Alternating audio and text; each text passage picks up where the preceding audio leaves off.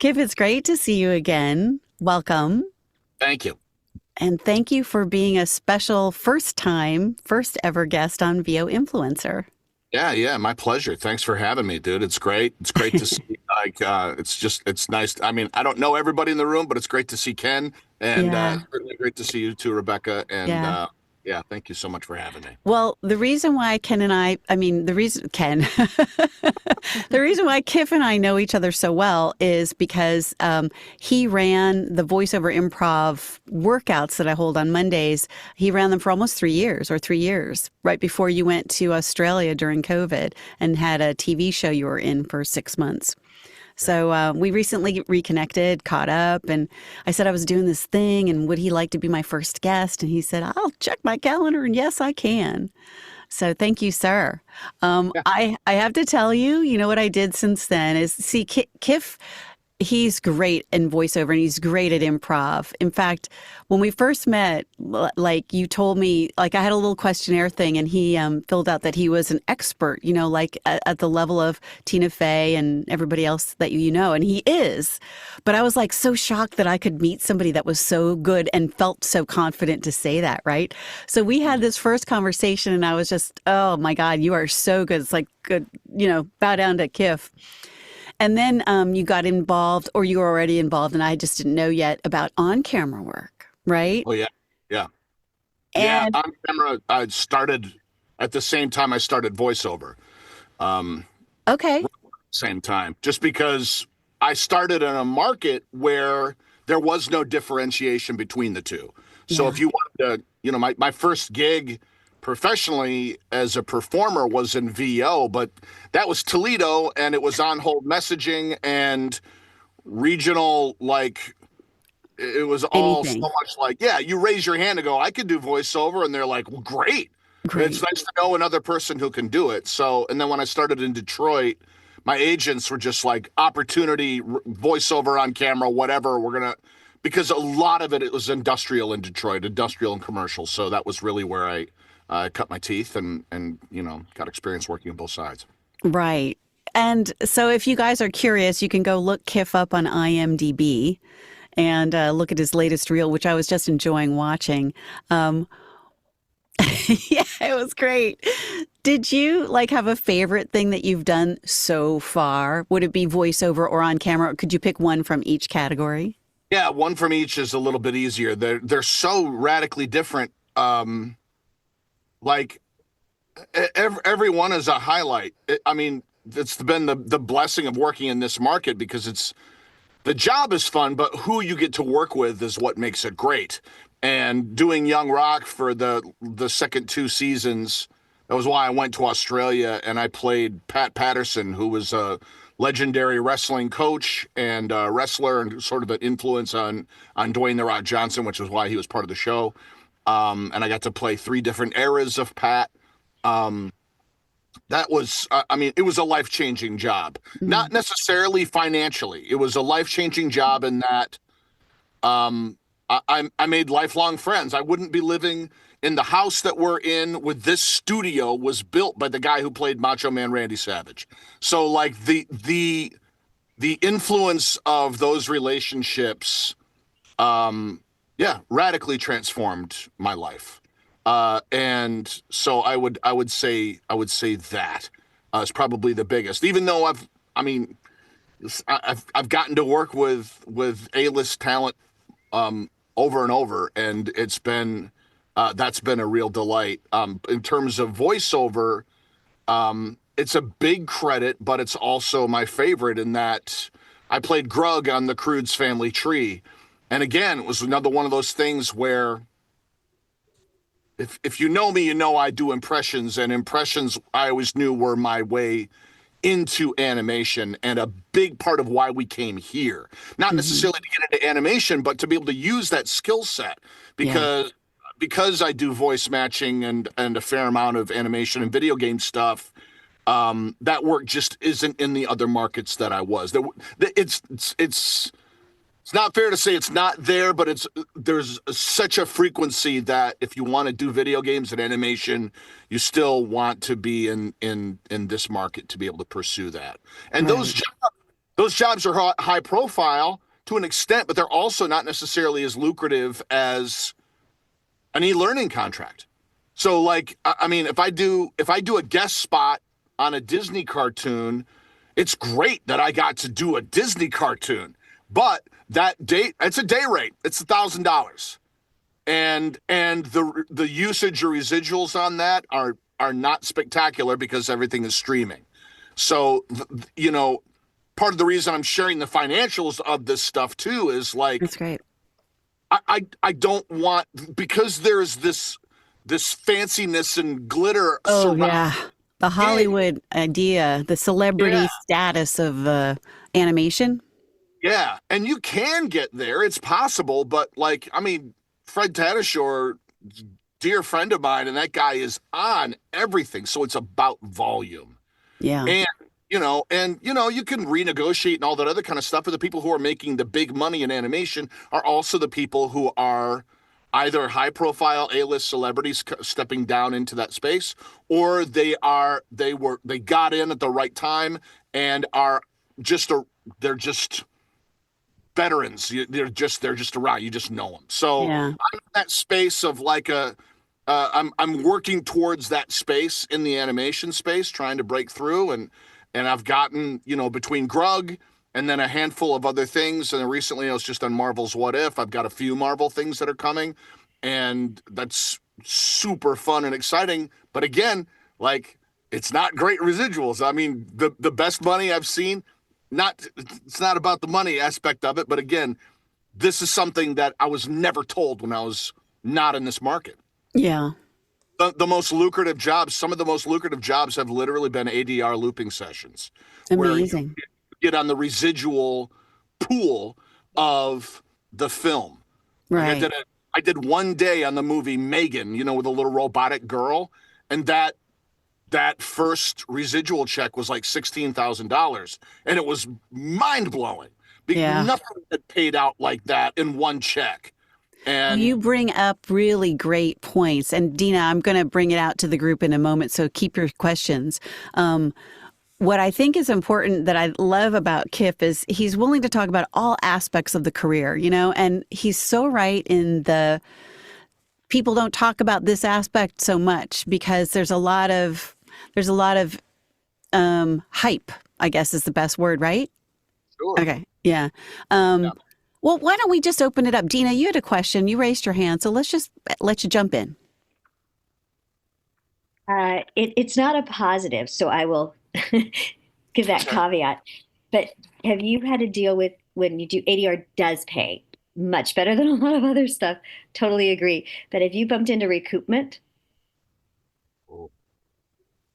Can you define that for the audience too? Can you define recoupment? So that's where you get residuals, but then something happens, like there's returns, or like on streaming, or return on videotape, or return on whatever, and all of a sudden they start taking the money back from you. So you actually see parentheses and negative amounts. So for example, I did Jungle Book a gazillion years ago, Jungle Book 2, and I got a really good check. And then for 10 years now, I make money on like free, via VOD or VD, whatever, VOS, all these different things, streaming service. And then I get the parenthesis, and then they zero it out. They take the money back because apparently someone somewhere returned something or canceled a subscription, and our recoupment is where they take it from. Wow. After taxes. Okay. Wow. I have Never heard of that before. There was our union allows it. Yeah, is mind blowing. So if you ever look at your paycheck and you look down the column and you see something in parentheses and that amount has been deducted, complain. They should not be doing that. We get 0.01% of their total budget, and that's where they take their money back. It's from ours. So it's basically, you have to return money, recouping the money that they gave you already. You have no choice. Yeah. They do No, it. It I'm just yeah, I'm shows saying up that way. that's the in effect what's happening. Yeah. Ugh, Yeah, wow. I'm gonna Never heard of it. tune my attention to that. Thank you so much, Dina. And like, I mean, Yeah. I have Watch had, your paycheck. yeah, with that specific film with Megan, there was, I don't know if it was a claim from another actor or a claim from the studio that they wanted to remove the loop group from, which they can't do. We got a date, we got the contract, we did the work. And whether you worked as a featured extra, but you got upgraded to a, if you're a principal, like I have a contract, or I'm raising a claim right now with Warner Brothers for Justice League. So I did 2 days on that, either as scratch, but I heard myself in the final. I voice matched Ben Affleck, and there were a couple people who weren't residualized, and I'm one of those people. So I'm in the process of trying to get. I mean, for every 10 every 10 emails I send to SAG, I get one in response. So it's kind of Oh, like they're you terrible. really do. Yeah, you have to be a squeaky wheel. You know, Really, really and, good. and hearing that from other folks who are within, like Bob Bergen, I'm sure all you guys know Bob, and his, he's also very transparent about things, and he has said too, is like no one really understands, to give the union folks grace, how big that organization is and how small the leadership is and how small, like, the folks in there who are doing the day-to-day work, who are trying to meet us. So having that knowledge helps me navigate that and go, look, I'm okay. With I want my kindness. funds, right? But like moving forward with kindness, precisely. Yeah. Yeah. It's You know hard. what I have to say? Oh, go ahead, Dina. The other thing to watch out for is if you are in a cartoon or in voicing something or scratching. This happened to another actor where in a big feature, the principal actors were in the room and the TV was playing, and on the TV was a something going on where it was the actor's voice, and they never credited him or gave him credit for it. So he's going saying, you can't, that's lifting. You can't lift. It's not AI lifting. It's pre-AI, but Oh, they yeah. lifted his whatever, Junior Thunderbirds, whatever it was, and put it on the TV screen to play in the background, and they didn't credit him or pay him. So we all talk, and it's like, hey, I saw, and they're like, wait, what? And then you have to be a little bit, I agree, Kev, squeaky wheel, but The with Makes kindness. sense. Yeah. Yeah, with kindness, it's really important. And like with credits, I've learned too that sometimes it's in the contract that credits are at the producer's discretion. So they Yes. may, you always appreciate, as certainly as a loop group. I mean, if you're on camera during the day, generally you'll get it. But like if you're in a loop group situation, often the ADR director's credit is the credit for everybody. You know what I mean? It's kind of like, hey, there he is. That was us. But sometimes, it's always, especially when it's a high profile project, like it was so cool to see like Star Wars Force Awakens, or see like, my credit in Call of the Wild and stuff like that. Like my parents were in LA and we went to go see that at the El Cap right before the world shut down. And I voice matched Harrison Ford in that, and I got a screen credit. So to be at the El Cap with my parents and they see my name go up after what, Fun. next to Harrison Ford's name. I Uh, mean, it was awesome. Historic. Yeah, it's Anyway, historic. so It's like a it's special moment. it's it's all that. Well, It's good and bad, and every job has that. And I think that's important for people to remember and know, Well, I think this is great for a biz chat conversation because it's totally related to the drag work, of the life of an actor, whether you're on camera or you're a voice actor. And I was just thinking about how maybe this is a place where AI can literally help on the tracing and tracking of all this stuff, Sure. from a union and a non-union standpoint. I'm not sure how that would work technologically, but it seems like that's a great way for AI to step in and actually support actors in a I, way. I recently got, I think this was in the fall, I got an AI assistant. And the intention behind that was the inciting incident was my wife has dyslexia, and she misread an email with times Okay. and missed an event and was just completely bereft, and she was able to get it worked out and everything. And then I was like, there's got to be some way to take from one source of information to scan it and then just paste it into the calendar so that that content is, there's no human imperfection interacting with it. And Right. I found this AI assistant called Ohai, OHAI. OHAI. And what it does is I set up preferences within Gmail to forward emails from my agents to a text bot that texts me because I'm driving a ton. So that allows me to know that my agents or managers have sent me an email, and it gives me a summary of that email while I'm driving. And then I can respond yes or no or ignore, and it will add it to my calendar automatically. And then there it is. Now I have, it's just really slick, and it's taken stress off of that scheduling aspect, which, as you know, is one of our most consistent challenges of like just trying to, Especially if you're in LA having to drive around in all that Oh, traffic. man. Well, when you get And reassure everyone you're okay with all the fires, nothing's impacted you. yeah, not directly. Okay. We have No. Mhm. yeah, we know a ton of folks, Yeah. and folks at our daughter's school. I think 15 families lost their homes in Altadena. Wow. So Um, sad. So sorry. Yeah. Let me see. Raise your hand visually if you guys want to ask a question like Dina did, because that way I can see you and you don't have to use the system since there's a nice cadre of us, but not too many. Paul, you have a question? Yeah, I do. It was really interesting to hear you say that you feel that you really need to be in the market. And by that, I interpret that to mean living in Los Angeles to do video games and animation.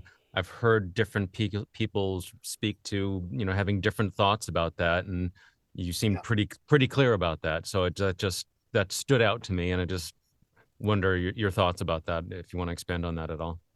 Yeah. Good question. We're in a post-pandemic world, which makes it a little bit more open, but I think a lot of it comes down to relationships. So from what I was always told, you just needed to be here, period. But you can also build those relationships, get the auditions, book the job, and then say, oh, by the way, I am an X and so. For example, The Croods is a perfect example because I was on that show and then I got cast on camera shooting in Australia, and I had to find a way to protect that job. Mm-hmm. And I told the producers at DreamWorks, I'll do everything possible to make my records. If my session is at 4 a.m., my session's at 4, and I will find a studio in Brisbane, or and fortunately what I was able to do was, build my sound booth in my hotel room, and it was in my bathroom. So, but I narrated 2 audiobooks from that space. I did, at least 15 episodes of The Croods and multiple anime, did some dubbing there, bunch of commercials and promo. Like, I did not have to stop my work. And it was just about open communication and saying, here's where I am, here's the challenges. Now, if I was in Australia when that audition came down, I don't know that I would have beat it. Part of the reason I say all this stuff, Paul, is that this town, they have who they need. Mm-hmm. So at the beginning, you've got to meet them there. Be able to come to Warner Brothers and go to Underground to be able to go in the studio and record with Dutch. It does matter. Now, if you get to do 2 or 3 sessions and then they love you and they love the thing and you're like, listen, I live in Boston, Massachusetts, and this is my home. And it happened with a lot of folks who migrated during the pandemic of like, I just went home, but I can work here. And they're like, great, then we'll work with you. but it varies studio to studio. There's no rhyme or reason necessarily to it in terms of who will work with who. So it's not to say that you need to be here, but I do think it's a significant advantage if they're doing a group record for you to be able to go over to the studio at Igloo or wherever and stand in the room with the rest of the people and play. So like it's not to say that it's a hard and fast rule, but like with all things, there's a lot of nuance. The other part of that is like the people who I know plenty of people who are like, you know what, I'm not coming in anymore. But they got status and the ability to say that. So they can live in Montana and have a booth in their backyard. I mean, even on the Croods, we started the show, we table read. The table read was a spreader event. It happened literally like March 12th of 2020. And then that weekend, Disneyland shut down. So then we were like, well, I just landed a series regular, an animated series for DreamWorks. Is that going away? And 2 months later, we hear from our agents like they're going to move forward, but we're going to try to do it remotely. Mm-hmm. So, well, it's a cast of 10 people on Zoom, and 2 or 3 of us had either ISDN or Source Connect. So the rest of it was assistants from DreamWorks and assistants from the studios driving around town with laptops, microphones, headphones, video. Wow. Like coming over to your house and setting two massive Pelican cases on your porch. And then you would go out, bring your Pelican case in, set the monitor up so that you could, with the camera, everything, they made it idiot proof. So all they needed to do was connect to your Wi-Fi, and then they ran the entire session. So like the manpower involved with being able to deliver quality, consistent audio across a television series was madness. And we did like 3 group records on Zoom where we were all recording ourselves and then would upload the WAV file or whatever. And then, invariably there'd be one guy who screwed up. And, and then the poor studios, the studios who are not DreamWorks, but like Soundworks or Mark Grau or one of those studios, these guys rely on actors coming in to be directed, and their rooms are empty. So I said, as soon as it's possible, I don't mind like not having to tell my family to be quiet for 4 hours while I'm in a session. What if I can I come to Soundworks? And they had opened that up in June of that year. So I was able to go there, mask up, another actor would come in, there'd be 40 minutes in between, and we were able to do it that way. And then our director would read every other character. So like that was pandemic recording, but I'm hard pressed to say it's that much different now.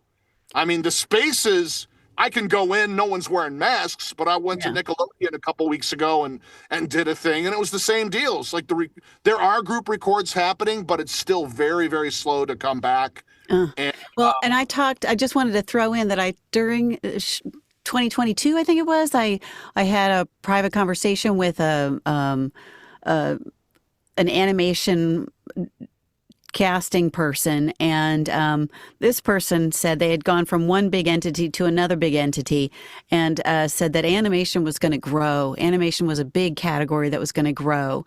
And 2 years later, I'm still wondering about that. Are you seeing growth in that market? Because what I have seen, and I don't know if you and Dina could, I don't know, I don't remember, Dina, everything that you've been doing lately, but in terms of the animation market, I've seen a lot of non-original English coming into America to get dubbed, and not a lot of new production. But then I know there's a lot of new production going on in general, in a general sense. Can you speak to that? I can speak to what what you've experienced. I have to filter everything through the fact that I'm a white American male in my family. So like the stuff that comes, there may be a ton of preschool animation in the pipeline, but I'm not, that's not me. So like I also can speak to the type of stuff that I get cast for. So I'm not reading the trades in terms of what's getting approved. I probably should, but to have a better sense. But part of the challenge for me is I have enough of a jealous streak that I'm like, if all this stuff is going on, how come I'm not getting at the table? You know what I mean? So then it's just an artistic injury, and I'm sitting on my my thumb in a corner going, no one wants me. Well, okay, yeah, but when you're right for the thing, it'll find you. Okay, well, let me ask you a different question then. And I look at animationmagazine.com for a lot of information. I think that's what it's called. Go ahead. What were you going to say though before I... I will say there is a lot of dubbing going on, but dubbing does not pay well at all. Where dubbing pays is in fans. So my wife says all the time, things pay in different ways. And when it comes to an anime contract, whether you're doing a live action dub or an anime dub, the SAG approved dubbing rate is anywhere from $95 an hour for a 2-hour minimum to $150 for a 2-hour minimum plus 10%. No usage. No usage. Nothing. So Nothing. Wow. No residuals. Nothing. Single session pay. That's it. Done. Yeah, but the good thing on the that, buyout. It's a buyout. straight. But again, this is the other part, and why I chase that work is you just never know what's going to catch fire with fans, and now you see voice actors showing up at I mean, my buddy Comic-Cons and stuff. Yeah, exactly. I mean, Adam MacArthur is the lead on a show called Jujutsu Kaisen, and that show is one of the most popular animes in the world, and he's the lead dub voice. And he is every single weekend in English. And every single weekend he is in another city doing cons and doing signings and doing meetups and pop figures and like all this other stuff. And it's like, this is the thing. You have to make a choice if you want to participate in that particular aspect. Yeah. Yeah. Yeah. 100% up to you. There was another woman, very talented. I can't remember her name, but she lived in Alaska, and she was part of Voiceover Improv. She was doing the workouts and stuff, and she was busy 3/4 of the year going around because she had done certain games that she had gotten a huge fan base, and she was touring like a lot of the year. I mean, I asked her what it was like to live in Alaska, and she says, "Oh, part-time," because she's touring. Yeah. Hotels, and you're out there with Greg Berger and Keone Young and the guys who you see like always on the doing the panels and doing the signings, and the attention and stuff is fun, but it's different. It's not in front of the mic work. It's or work in front of the camera. Yeah, it's a different kind of work. What other questions are out there, Ken? So kind of playing off the studio and hi, how you doing? How much are you doing in your home studio now versus, say, before the pandemic? And how much are you doing, back in directed professional studios in general? Right now, as I'm sitting here, I would say probably 80% home studio, 20% out and about. Where in the pandemic, I was doing 90% in studio, 10% at home. Part of that, too, is like I was doing some promo stuff for IFC. I still am. And in the past quarter, I've landed a couple commercial things, and generally commercial stuff is Source Connect from home. But there's been, a few commercial clients that are like, "Hey, we'd really love if you would come join us at Lime." And I'm like, man, say less.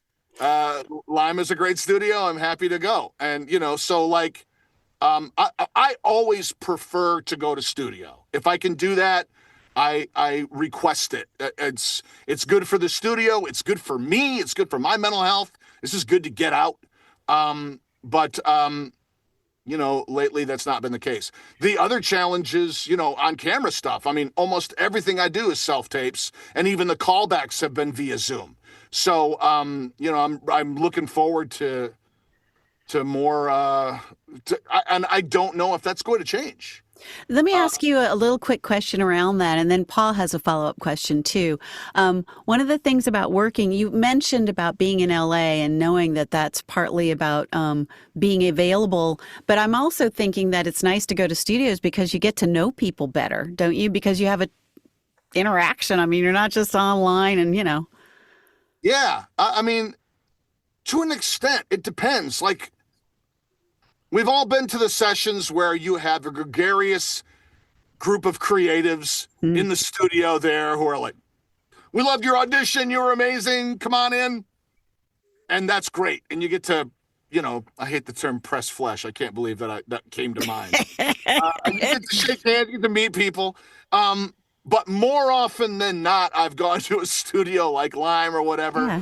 They're like, okay, everyone is in the room. Why don't you stay out here until they're ready for you? And you're like, all right, cool. And you sit there and you have a cup of coffee and you play with Little chill. Yeah, super cool. And then it's like, okay, we're going to bring you in. And then you go in and you go into the sound booth. Right. Control room. No. And then it's like, hey, I'm Jared. Hey, I'm Steve. Hi, guys. Nice to meet you. All right, well, we loved your audition. Let's do this thing. And then one person talks to you and then you're done and they email your contract and you're out.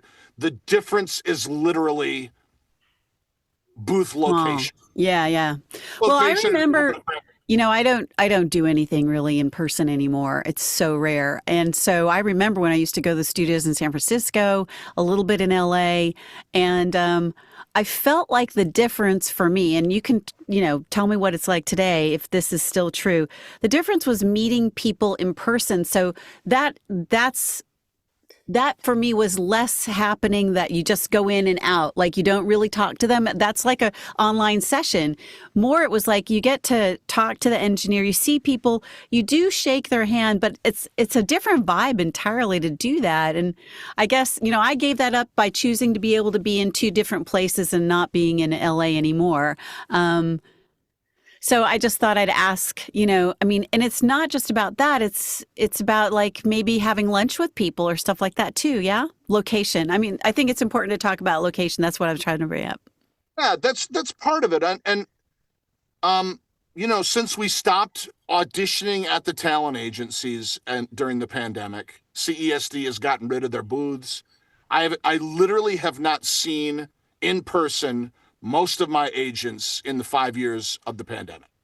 And I'm going to on Wednesday. We're buying them lunch and then we're going to go see some people. And I ran into a couple of them at Comic-Con, but like for the most part, we're still trying to figure out how to gradually get back. I've got more important than casting people, ad people, ADR people, whoever, like other actors have been the people I've seen. And I have a group of friends that I've done with LA Comic-Con, like this Voice NATO group. So I see on the regular, maybe at least once a month, we get together for lunch with a handful of those guys. Well, don't you think that's a really important part of your business in a way? Absolutely. Yeah. Okay. I think seeing, you know, when I was in Northern California, when I was in Southern California, and then I'll bring in Paul, I always thought that getting together with other actors was so important because you can talk like this. You know, now I set this up because I miss it. I also think it's important to talk about, you know, the different classes you're taking, whether you had a good or bad experience, sharing and then learning from others what they learned from their, you know, it's also unique and individual that you get to hear different aspects. Yeah. It's the advantage of like things like VO Atlanta, that's voiceover. Like those things have never been more important. You know what I mean? To be able to like just the fellowship of the whole thing. The fellowship. Yeah. Fellowship. That's a great way to put it. Creating virtual spaces like this where we can still get together. Like, yeah. And the great thing when I was in Australia in particular, because it was so isolated, yeah, you know, my virtual spaces became so important because it was like, this is where we just get to make eye contact and I'm not staring, you know, staring at the wall. Yeah. Or in VR. So it's nice to be able to, and valuable to create these spaces or seek them out. Yeah. And, yeah. Good. So okay, let's bring in Paul for his follow-up question. Hey, Kiff, first, thank you so much for being here to talk to us. I really appreciate it, man. Sure, Paul. Thank you. And I was just really curious about the I don't want to harp on location too much, but to what extent does everything you were talking about with being in LA apply to the video game market as well, or is it a little more decentralized? I think it's more so. More so. I'm just thinking about the games I'm involved with.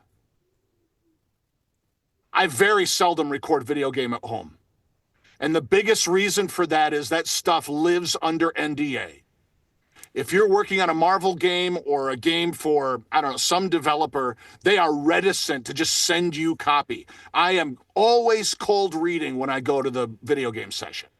And they can protect and lock up. And there's a lot of digital protections and things. And the other part of that is motion capture and facial capture. So often you'll see folks like how it's mic'd. The last game I worked on, I went over to Igloo, and whenever you record at Igloo, generally you walk into the booth and there's a 416, and then there's also a little felt cap that you wear when you do mocap. And on that are clipped 2 little lavaliers, and it's to record you in stereo. So they put that on top of your head, and then you have the microphone, or they just turn the mic feed off and they're just recording you from this, so that I have the freedom to move for exertions and punches and proximity and all those things. So I think video game work, even more so, is something that's recorded here for both the security and for the technical reasoning, because games are so much more sophisticated than they used to be. And the other part of it is you want to be able to be part of the conversation when it comes to motion capture, because a lot of that stuff is like, you might not have been trained in mocap or whatever, but it's basically black box theater work. So you're working with as if you're in week 2 or week 3 of a rehearsal process. So you've got fake walls that are clear, made out of plywood, and you got C-stands standing in for lasers and all kinds of things. And you use your imagination and your improv skills and a little bit of your theater training to navigate that space. And the challenge with that is you need to be off book. So that you'll get your Wow. Wow. Yeah, of course. Watch, Yeah. Troy Baker play Indiana Jones. He has to learn all that dialogue. It's not teleprompted. You're looking in every direction. So it's really kind of important that you know your words. Yeah. And that's something that's run a lot of folks off. And it's like, well, this is the nature of that work. If you want to play, guard number 4. And that's the other thing when you're doing mocap is you might play 80 characters in the game, and you're not paid for every one of those characters. You're paid for the day. So, looking for union guidance on these things as things are changing so rapidly, you really do have to maintain a sense of openness and go, well, this is what it is today. Right. And in the grand scheme of things, I made way more money perhaps than I should have for my use in commercial work. And I make way less for my work in video games than I should for the effort. So it balances out. It really does. I mean, when I had a class, there's no way, and I'm not to be crass, but I mean, I made probably 60 grand on this Kellogg's Corn Pop spot that I worked for 15 minutes on. That, for what I brought to that commercial, that is highway robbery. I am still working against that amount of guilt in doing other things. It all balances out. We're actors. I'm not. I really do believe that there's balance to this, and that if you maintain a sense of balance, it helps you live in a place not of necessarily gratitude or I don't deserve it, but it helps you live in a place of like I'm a blue collar working actor, and I can keep the lights on and feed my family in the hardest town to do it. Yeah. I have nothing but joy. And there are times where, sure, I'd love to make a little bit more for this, or I'll fight. I worked on that. I need to be compensated. Yeah. But at the same time, the dubbing rate is poor. Okay. But that work, if I do 3 sessions on an anime, that all that work had been done. All of that work had been done overseas. That work was paid for as under an animation contract for those actors who I am just mimicking what they did. My participation, if I don't want them to turn it all over to AI, I'm going to go in there and do it, even for that low rate, because I get a little bit of residual glory. I'll take it, along with the fact that, why should the production company have to pay the same rate to remake the thing just for it to play in the United States when the option to watch it with subtitles is there? I'm happy. I really do think of dubbing as an opportunity to participate in the post-production process. And I think as much as it doesn't pay what working on a Marvel show would pay, but it's not a Marvel cartoon. And they're not animating to my voice. Right. So like getting twisted up about what we should get stops this town. That's what happened for 2 years. So many people dropped out of this business. So many people had to completely give up because we were like, we're still in the middle of a video game strike. And it's like, what are we fighting for? AI protections. Yes, those are important, 100%. But like, I feel like when we become intractable and no flexibility, refuse to come to the table because we're going to get fucked. We're bending over and taking it. Like, I've been in these SAG meetings where people are like, this is an outrage and we need to. It's like, that's great, but man, you're also not working. Right. No one's working, and it has a much greater effect. So there's compromise, and what we do. It's easy to get into this space of what we do is so important, but well, and I have to say, and to add on to that, I always think about this, the commercials are considered really high in even in non-union voiceover work. Commercials are like where the money is, people think, and they, and so I think, well, if you scoot back to kind of, I was having this image when you were talking about the big picture and looking at it from the perspective of the business as a whole. So you were talking about the video game business or the anime business and how they had that production done where the actors were truly doing the acting from the script before the animation actually happened. So they're the originators of the emotional content, which now you're mimicking, right? And when you look at commercials, we are participating in that, but we're not the only element, and we're usually the last thought of element because we are the least important to those advertisers in that advertising agency situation. And it's not to diminish our participation and the value of what we do, but it's also not to overblow. Exactly. Because it lives large in our minds. Yeah. If I get this Super Bowl spots, I mean, but because it's large, because it's large in our own world of being able to pay for the roof over our heads, just like you were saying before. Yeah. So it's all this mix. And, I don't know if everybody has the same experience. I mean, I'm sure everybody has different experiences with what that mix of business is for them, but it's really great to get your perspective. And I did promise that I would only keep you a half an hour, and it's already been over that, which we knew it would probably happen, and you were all okay. I'm fine. You were all okay. I'm fine to hang and participate until about 9:45 my time. Well, I think that we want to keep it to closer to the original time, just simply because that way we respect everybody's time that did come. Does anybody have a question for Kiff at this point? Yes, Ken. Selfish question. Will we hear any more of your podcast all over Voiceover, or is that mothballed? Yes. I got distracted and busy with another show called Mad Rewind. My friend Brandy Stillwell and I co-produced the show. She worked on Mad TV back in the day, and we did a podcast interviewing participants, cast members, executive producers of the show, and have been co-producing that. So my bandwidth for making shows on top of life has been strained. But I was just thinking about that last night, Ken, about please send me suggestions of who you'd like to have on the show. That's another thing that I keep forgetting to do. But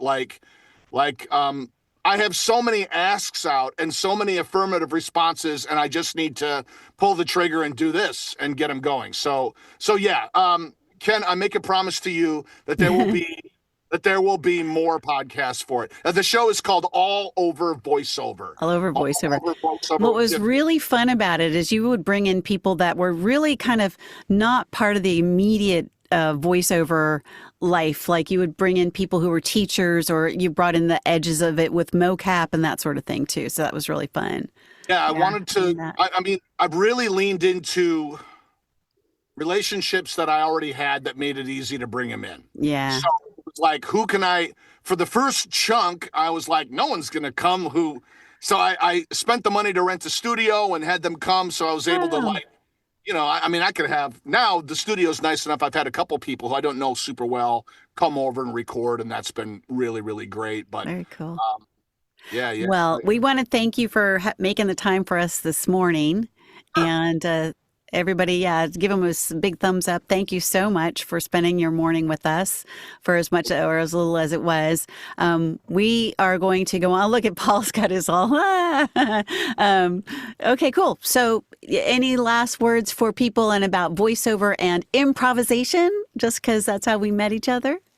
Yeah. Yeah. Take everything I said with a grain of salt. It's a combination of my point of view with how this industry has been revealed to me. Mm-hmm. My experience is uniquely mine, and your experience is uniquely yours. And if you disagree with thoughts or notions about what's driving me, man, awesome. You got to do what works best for you, and that's what matters. When it comes to improvisation, I've recently started using improv in my on-camera auditions too.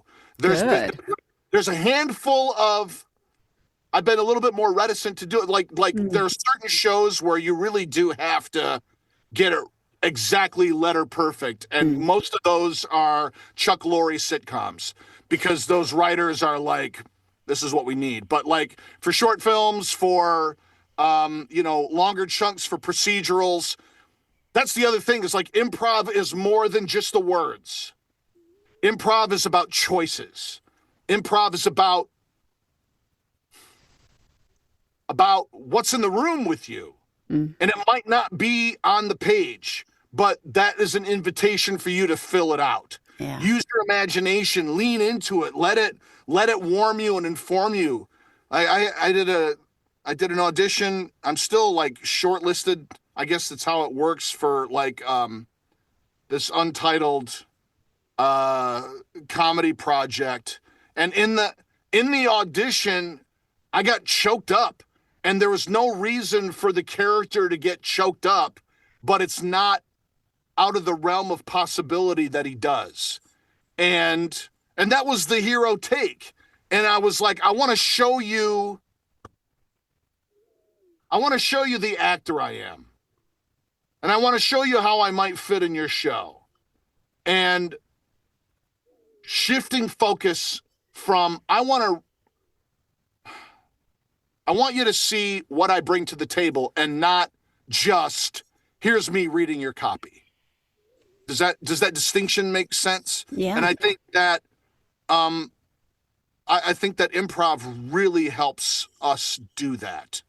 And the other thing I'll leave you with is do not forget environment. Use environment. Use environment for lead-ins. Like I booked some work on a new animated series, and I know it's related 100% to the environment I established at the outset of each of the sides. And there's no context. There's never context for any of these things. Right. It's just like, here's the line. And then it's like, well, what do I find online to figure out, who might this character be? Oh, I have an idea. Well, I'm going to make a big swing, and I'm going to say another character's name that this character might know.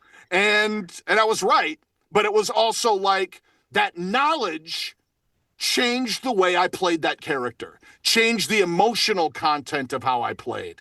Like, I know I'm talking to my daughter, but then it's like, I figured out who that daughter was, radically transformed how I talked to her. So like those kind of things, just help you. So Yeah. stay aware of what's popular, what's out there, so that when people are using those references, it makes sense. And Yeah. things. You're good at that. Oh, you remember? You're so good at that. So there's billboards all over town advertising. Yeah, the yeah. It helps. It's Well, weird. direct from Los Angeles, everybody. This has been Kiff VandenHuevel on Biz Chat Monday, VO Influencer. Thank you, sir. Thank you so much. I'm going to stop recording now. And